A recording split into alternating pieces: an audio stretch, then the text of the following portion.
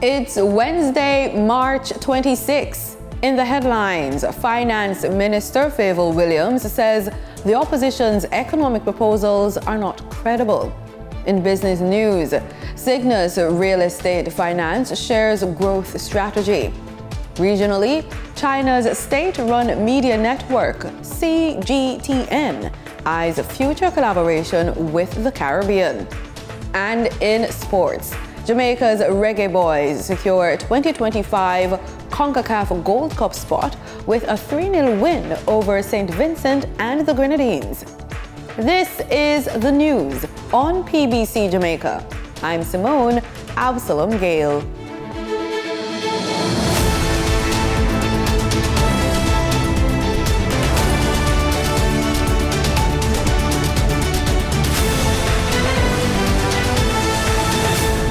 Finance Minister Favour Williams has taken the People's National Party to task for its national budget proposals, saying they would be running a budget deficit of $204 billion, which would see the collapse of the financial markets if the opposition party is elected to office.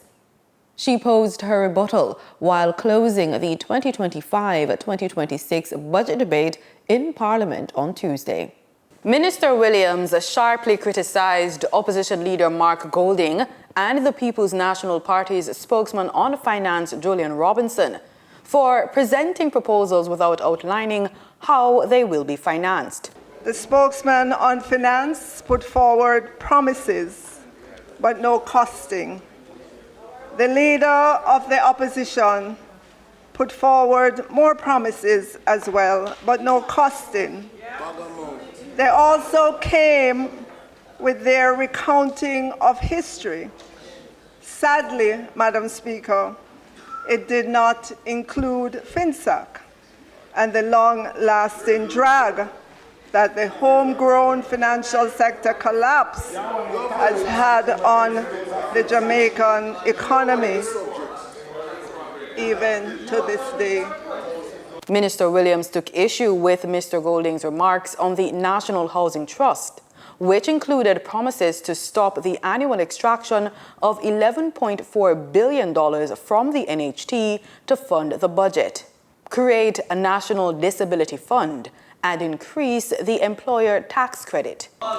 Between opposition leader and spokesman, they made promises upon promises upon promises. But did they give the Jamaican people any idea of how much those promises would cost? No. And whether or not that they would have to cut back on something to do what they're promising? No. They said they are united with fresh ideas and solid plans, ready. But let's see if indeed that would be the case. The finance minister then used a series of charts to illustrate the contrast between the government's budget and the opposition's proposals, warning that the People's National Party's budget proposals could lead to a financial crisis. Madam Speaker, they would have trampled on the fiscal rules. The same one they told us that they codified in law. Well, Madam Speaker, you don't see red ink yet. I didn't bring in the interest payment yet. Minister Williams stressed that the government had a clear path to meet its financial obligations, including $177.5 billion in interest payments. We have an obligation to pay $177.533 billion of interest payment. That is immovable. On the government side, we can make the interest payment, and we have $780 million left as a positive fiscal balance surplus.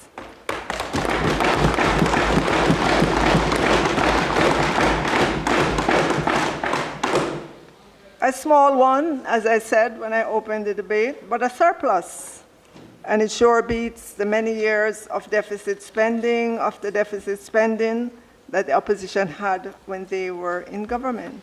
In closing, the finance minister argued that the government's budget was both sustainable and responsible, positioning it as a stark contrast to the PNP's vague promises and financial uncertainty.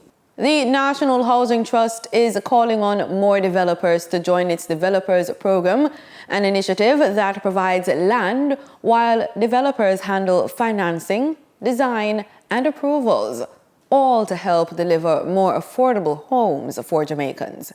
Danita Rodney has the story. The National Housing Trust is ramping up efforts to expand affordable housing through its Developers Program and is calling on more developers to get on board. Speaking at a Jamaica Information Service think tank, NHT's Senior General Manager for Construction and Development, Brian Saunders, emphasized the critical role of these partnerships in addressing the country's housing needs. The broader mission of the NHT is to provide affordable housing, and this for us is an opportunity that is aligned strictly with providing affordable housing and forming partnership between the NHT and the developers who we consider to be along that same agenda of providing housing for the lower income bands within the society. He highlighted how the program works. It is an initiative where we seek to partner with international and local developers, contractors alike, towards providing low-income housing on lands owned by the National Housing Trust. The lands are located across the island, and the intricacies of the developers program, is geared towards the partnership between the NHT and these developers, where the lands are provided and the developers are responsible for securing all the necessary funds and also undertaking all the requisite designs, obtaining the approvals for the implementation of the development. The NHT in turn will afford the developer the use of the lands to secure financing for the development, and also the developers have the option to retain 20% of the service lots or housing solutions within the development towards providing the remaining 80% to the NHT at a reduced cost. Mr. Saunders noted that proposals will be evaluated based on the requirements outlined in the RFP. What we intend to do, instead of having the initial approach where we had a opening and a closing for invitations on a developers program, what we intend to do is to leave the portal open until all the parcels have been assigned, because it's a interactive and involved process where you submit your proposal, we close the portal, we evaluate, determine how those are awarded, then we close the approval process, and then we open again. So what we intend to do is just have the portal open and continue to take proposal for lands that haven't been assigned as yet. For more information, developers can visit the NHT's website. Individuals who experience domestic violence are more likely to become infected with HIV than those who do not experience domestic violence. One study has shown that persons who experience domestic violence are 48% more likely to be infected with HIV than those who do not. This could pose a threat to the United Nations Sustainable Development Goals 3.3 to end the transmission of HIV and AIDS by 2030. In the previous newscast, policy officer and advocate at Jamaica AIDS Support for Life, Patrick Layla, explained the risk of contracting the disease increases in some instances because some women blame themselves for the abuse. He continues the discussion in part 2 of this report. And abuse is not always physical. Many times it's psychological or even from the standpoint of economic dependence. This is when the partner with financial control prevents their victim from leaving an abusive relationship by exerting this fact, trapping them in a situation where they are continuously dependent and exposed to further abuse and the risk of contracting HIV. Many times people reduce violence to the physical, sexual, but there is emotional, there is financial, there is neglect, there is all these forms. And many times it is the economic disparity between the two that makes people more susceptible to these forms of violence. You find that many persons who experience violence are dependent on the abuser. They are dependent on the abuser for their own survival. They are dependent on the abuser for the survival of their children. They are dependent on the abuser for the survival of the extended family. And because of that, many times they remain in the abusive situation, and this level of economic dependence increases their vulnerability to both violence and HIV. And one who exerts physical and economic dominance may seek further control by causing isolation. When there's isolation, people may become unaware, and a lack of awareness and education may cause victims to not have access to information about HIV prevention. When they feel they are out of options, they stay away. And this staying away may mean staying away from work, staying away from their social circles, staying away from needed health care. This is one of the causes where people living with HIV who are experiencing domestic violence end up drop out of care. This is where the Jamaica AIDS Support for Life comes in, working with victims and giving them much needed support. We provide a suite of services. We provide what we call holistic care. It's not just about treating the HIV virus, but we provide psychosocial support. We have full-time psychologists on staff that we make accessible to our clients. We have social workers who may assess their needs. It may be basic food, basic survival. It may be to help with job placement. It may be some sort of economic support. It may be some sort of income generating grant. We look at the whole man, whatever it takes to help, and we provide the legal support most of all. If it means that we have to go to court in helping these persons to get out of their situation, if we have to connect them to some form of shelter, whatever it is that is needed to get people in care.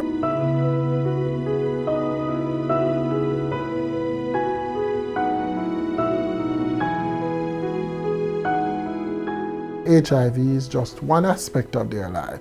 It is just an illness, like any other illness. So if you think you're just going to focus on that and ignore all the other areas of their lives, you're going to have little or no success. Simply put, in Jamaica, them say you can't take pill on hungry belly. So just consider someone who don't even have food to eat. And you may be looking from the other side of the fence and say why they don't take their medication, but they don't even have food to eat. And right now, their primary concern is where the next meal is coming from, or where the meal is coming from, as opposed to whether or not I'm going to go seek care and take medication. So we have to take a holistic approach to helping people who are survivors of domestic violence and also those living with HIV. Time now for the business report with Denise Williams.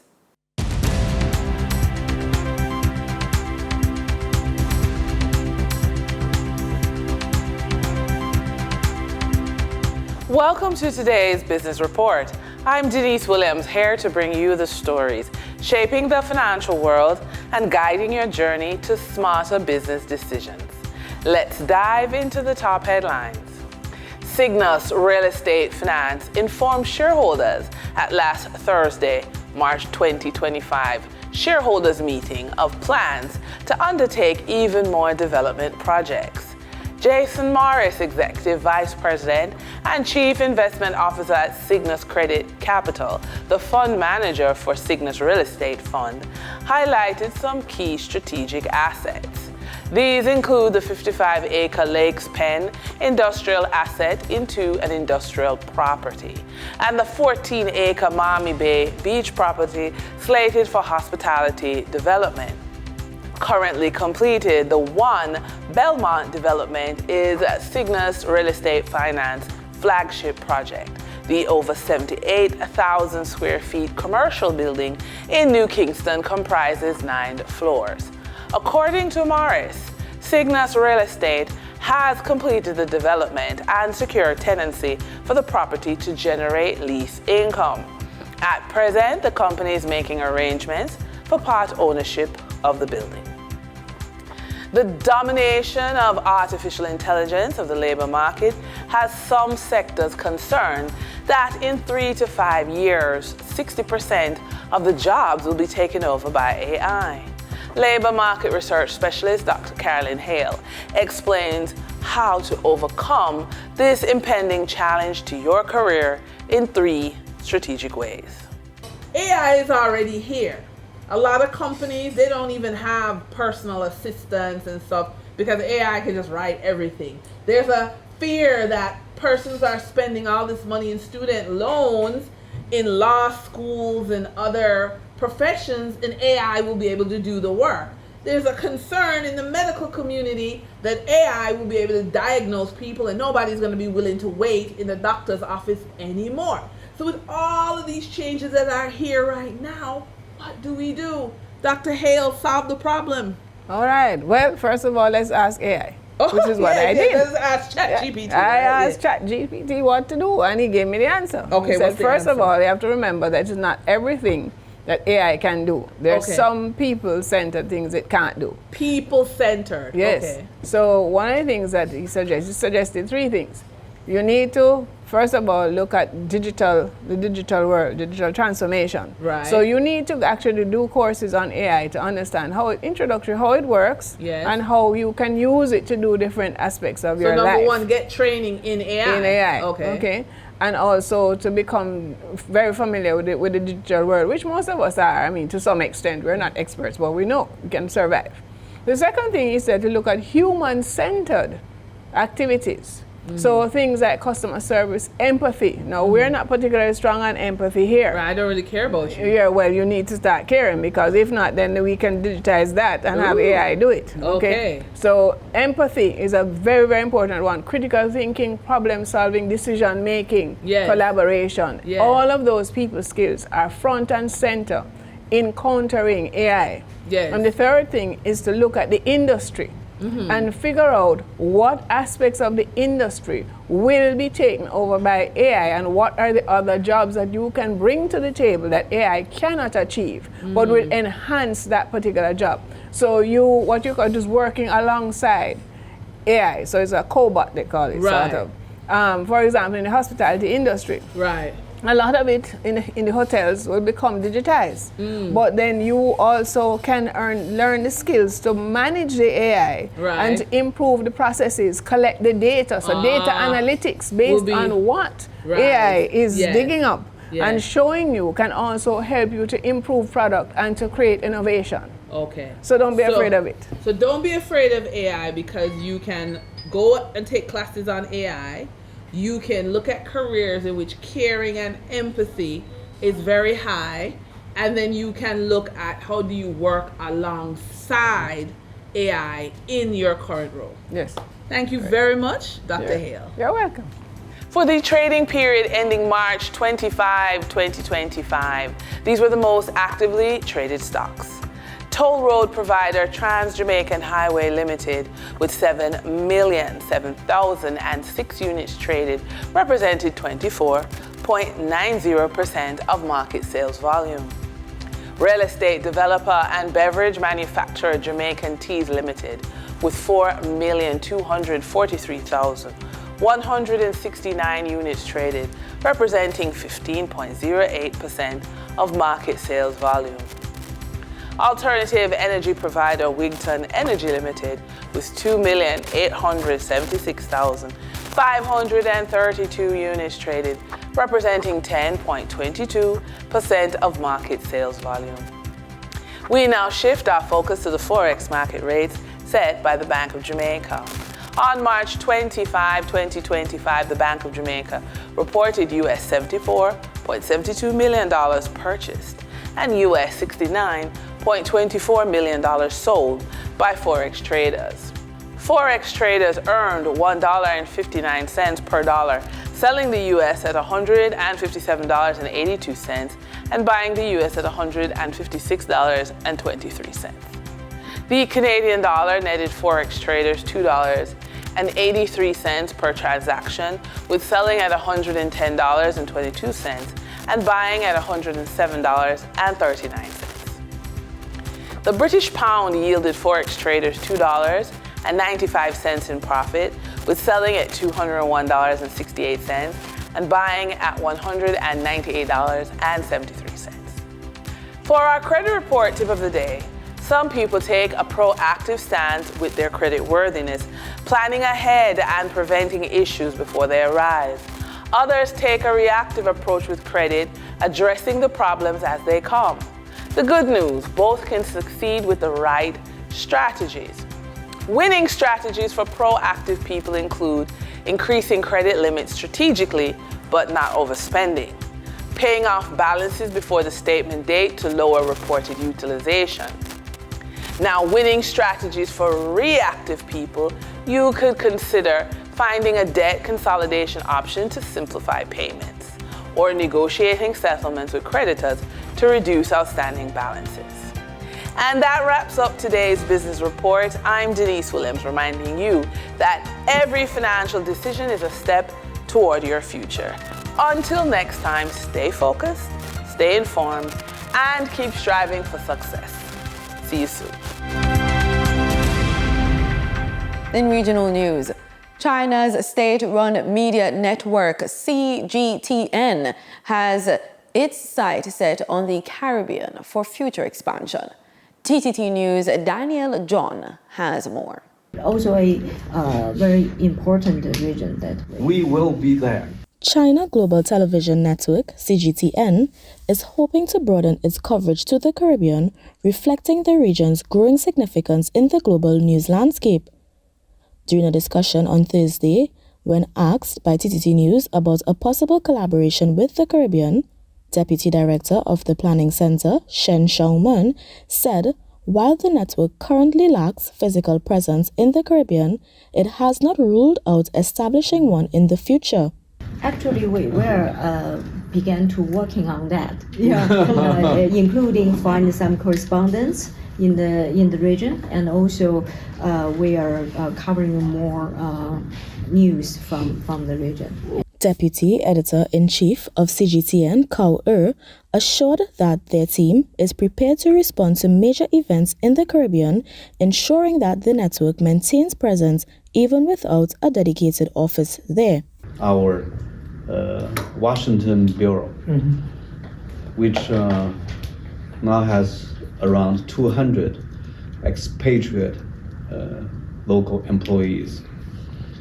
They go to different parts of countries in North America and South America from Washington, D.C. Whatever happens, they will be there, including the Caribbean countries.